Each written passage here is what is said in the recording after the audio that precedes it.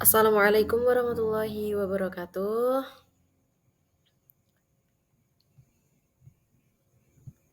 Perkenalkan, nama saya Aida Fatina Ghaziyah. Sebentar, maaf. Perkenalkan, nama saya Aida Fatina Ghaziyah dengan NIM 31502400118. Pada kesempatan ini, saya akan mempresentasikan tugas mata kuliah Sejarah Pendidikan Islam dengan tema Pendidikan Islam pada masa Bani Umayyah. Semoga pemaparan yang saya sampaikan dapat menambah pemahaman kita bersama. Terima kasih. Baik,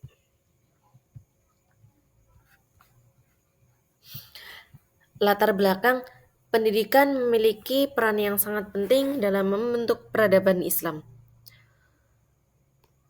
Pada masa Bani Umayyah, Islam tidak hanya berkembang secara politik, tetapi juga dalam bidang pendidikan dan keilmuan.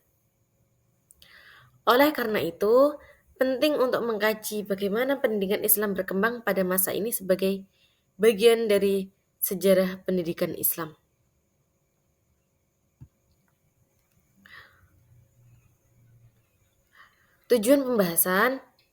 Tujuan dari pembahasan ini adalah untuk mengetahui kondisi pendidikan Islam pada masa Bani Umayyah, memahami lembaga dan bentuk pendidikannya, serta melihat kontribusi pendidikan pada masa ini terhadap perkembangan ilmu pengetahuan Islam. Gambaran umum dinasti Bani Umayyah. Dinasti 1. Dinasti Bani Umayyah terdiri pada tahun 41 Hijriah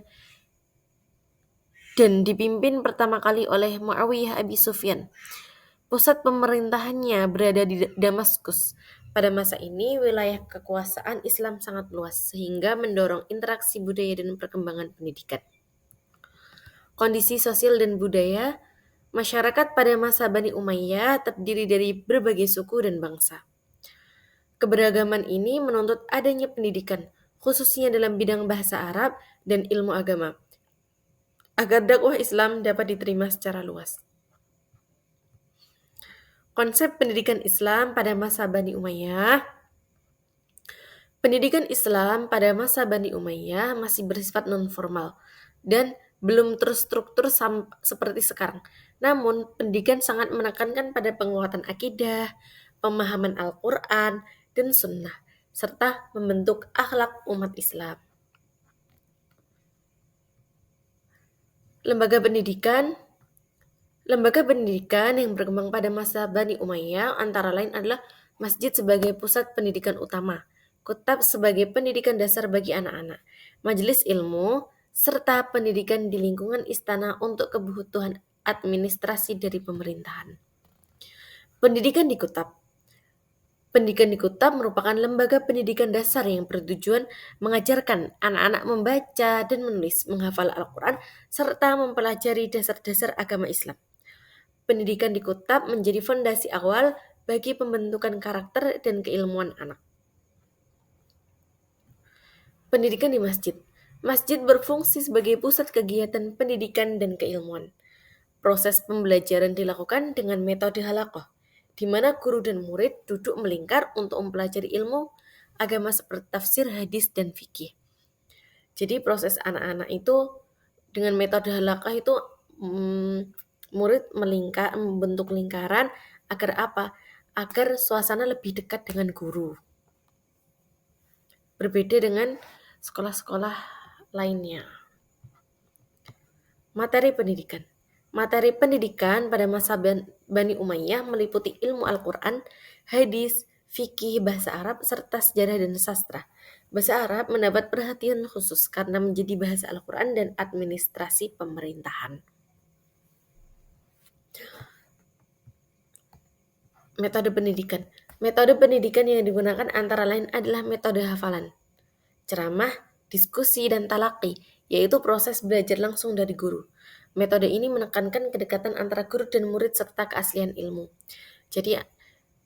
Jadi metodenya tuh hafalan, ceramah, diskusi, talaqi. Nah, talaqi itu seperti guru membunyikan lalu anak-anak menirukan itu namanya proses talaki. Peran ulama dan tokoh pendidikan. Perkembangan pendidikan Islam pada masa Bani Umayyah tidak terlepas dari peran para ulama. Tokoh-tokoh seperti Hasan al-Basri dan Ibnu Syihab az-Zuhri berperan penting dalam pengembangan ilmu agama dan pendidikan Islam.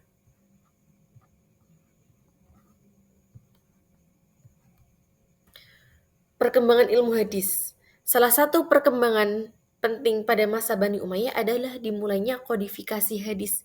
Upaya ini bertujuan untuk menjaga keotentikan sunnah Nabi Muhammad SAW, terutama pada masa pemerintah Umar bin Abdul Aziz.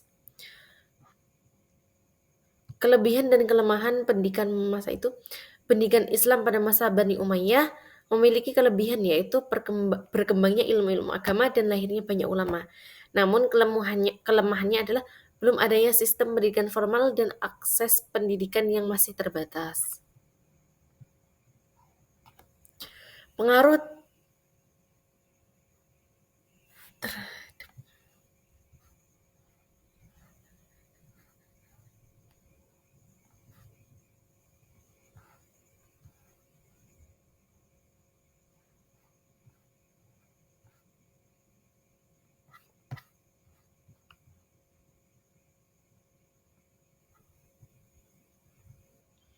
Pengaruh terhadap pendidikan Islam selanjutnya. Pendidikan Islam pada masa Bani Umayyah memberikan pengaruh besar terhadap perkembangan pendidikan pada masa selanjutnya, khususnya pada masa Abbasiyah, yang ditandai dengan lahirnya lembaga pendidikan yang lebih formal dan sistematis. Kesimpulan, dari pembahasan ini dapat disimpulkan bahwa pendidikan Islam pada masa Bani Umayyah berkembang secara bertahap dan menjadi fondasi penting bagi perkembangan pendidikan Islam di masa-masa berikutnya. Jadi, pendidikan zaman dahulu dan zaman sekarang itu sangat berbeda. Pendidikan zaman dahulu, anak-anak yang sekolah dasar, tingkat dasar itu, yaitu difokuskan untuk menanamkan adab sebelum ilmu. Jadinya, kenapa? Akan tetapi kalau sekarang kita bisa lihat mulai dari sekolah dasar sudah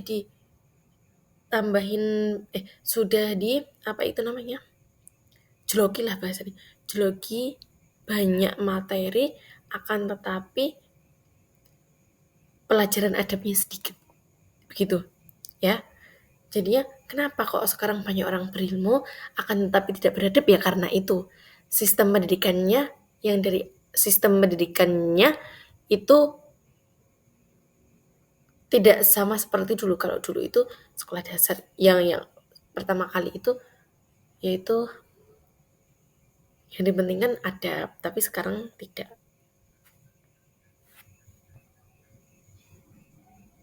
Demikian presentasi yang dapat saya sampaikan. Semoga dapat menambah pemahaman kita tentang sejarah pendidikan Islam. Wassalamualaikum warahmatullahi wabarakatuh.